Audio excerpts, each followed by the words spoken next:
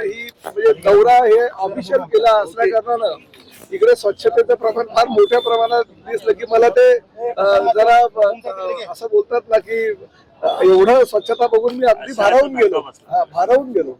एवढी स्वच्छता म्हणजे माझ्या एसटी महामंडळाच्या शौचालयामध्ये कॅन्टीनमध्ये जर होत असेल तर मग मला असं वाटतं की मला आजपासून मग पाहणी दौरे बंदच करावे लागतील. आणि नंतर मला कळलं की हे फक्त मंत्री येणार म्हणून हे एका रात्रीतून सगळं केलेलं आहे.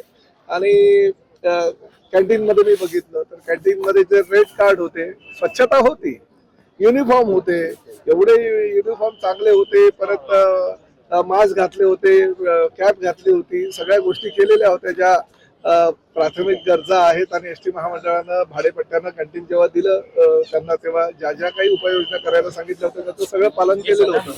पण एक महत्वाची उपाययोजना त्यांनी केली नव्हती की कॅन्टीन मध्ये सर्वसामान्य प्रवाशांना हवं ते खाऊ द्या, परंतु गोरगरीब जे प्रवासी आहेत त्यांना 30 रुपयामध्ये चहा आणि नाश्ता मिळायला हवे. हे एसटी महामंडळाचं हे धोरण आहे की गोरगरीब प्रवासी सुद्धा एसटी महामंडळाच्या कॅन्टीन मध्ये जाऊन पोटभर तो त्याचा नाश्ता झाला पाहिजे. आणि म्हणून ती योजना आम्ही चालू केली. त्या योजनेमध्ये हरताळ फासलेला आहे. उलट त्यांनी जे रेड कार्ड ते बोर्ड लावलं होतं त्याला चिकटपट्टी चिटकवली होती आणि हवाच्या सभा रट होता. ठीक आहे, ते ज्यांना परवडतं त्यांनी ते खावं, आमची काही ना नाहीये, परंतु 30 रुपयामध्ये भरपोट जे काही पदार्थ द्यायचे असतात, 2 समोसे, 2 वडे आणि 1 चहा किंवा 1 कॉफी, अशा पद्धतीचं ही योजना आहे. त्याचा त्या ठिकाणी बिलकुलपणे त्यांनी त्याचं नियमाचं पालन केलेलं नाही असं निदर्शनास आलेलं आहे.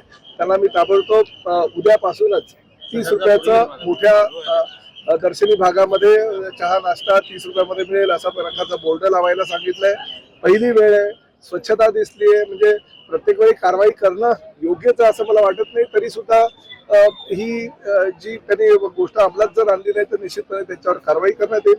सुलभ शौचालय मी बघितलं, स्वच्छ होतं.